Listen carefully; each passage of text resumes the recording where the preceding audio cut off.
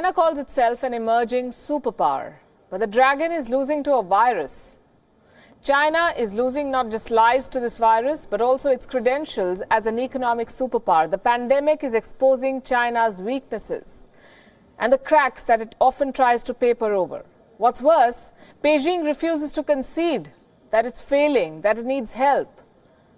There is now expert consensus on this. China did try to cover up the extent of the crisis. A report in the New England Journal of Medicine presents a smoking gun, conclusive evidence of a cover-up.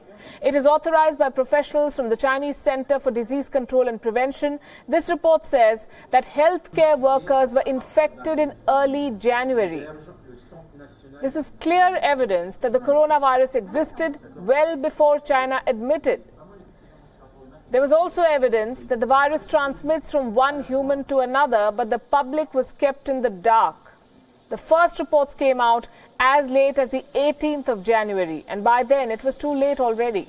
Chinese politicians downplayed the challenge. Doctors who tried to raise an alarm were silenced. By then, millions of people had begun leaving cities for the Lunar New Year. Cases cropped up across China and eventually spread across the world. That's when the world woke up. In recent weeks, China has escalated its response. More money has been pumped in. In almost a week's time, Wuhan had a new hospital. The state media began publishing stories of China's resilience. The Twitter onslaught against the critics has been unrelenting from the government. But the coronavirus war is not meant to be fought on social media. It is taking lives. The medical response has to be sharp, not the tweets from China. More than a month after the outbreak, China still cannot get its priorities straight. Let me tell you about some other headlines that have not made a lot of noise. China's top anti-corruption body is sending a team to Wuhan. Why? What is the role of the anti-corruption department in a public health emergency? Silencing critics, that's what they do. This is about Dr. Li Wenliang, the whistleblower doctor who died last week. The anti-corruption team will be conducting a probe into his death. So first a cover-up and now a pretend investigation. It doesn't stop there. China is going after journalists. Beijing has demanded a public apology from the Wall Street Journal for carrying an anti-China article. A Chinese citizen journalist who was reporting on the coronavirus has gone missing. This man on your screen, his name is Chen Qixi. He was the world's eyes and ears in China. He posted videos of corpses in a hospital. He was telling the story that no one did. He filmed the dramatic moment when people in hazmat suits broke down his apartment door to take him into quarantine. And since that day, he's been missing. His friends and supporters say that he's facing a crackdown in the garb of a quarantine. It's not just the messengers who face the wrath of the state in China, it's the patients too.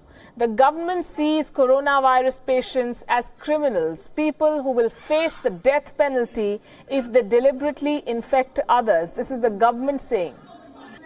Facing death penalty for infecting others, it's as if they're human weapons. The government has unleashed a wave of harsh measures to target those who've been infected. One county in the Hebei province is offering $140 to those who report potential cases. They want local residents to report which citizen has been in Wuhan recently. Reports say residents are being locked up inside their own homes, boarded up. Those who try to protect their loved ones are being detained. China has ordered a draconian response to tackle the coronavirus outbreak. A virtual state of emergency prevails in that country, but it's not necessarily helping. This is a cruel and chaotic response. Untrained doctors, military guards, homes turned into lockups, neighbors reporting on you, and the government punishing you rather than treating you for this deadly disease. The coronavirus has unveiled China's ugliest face.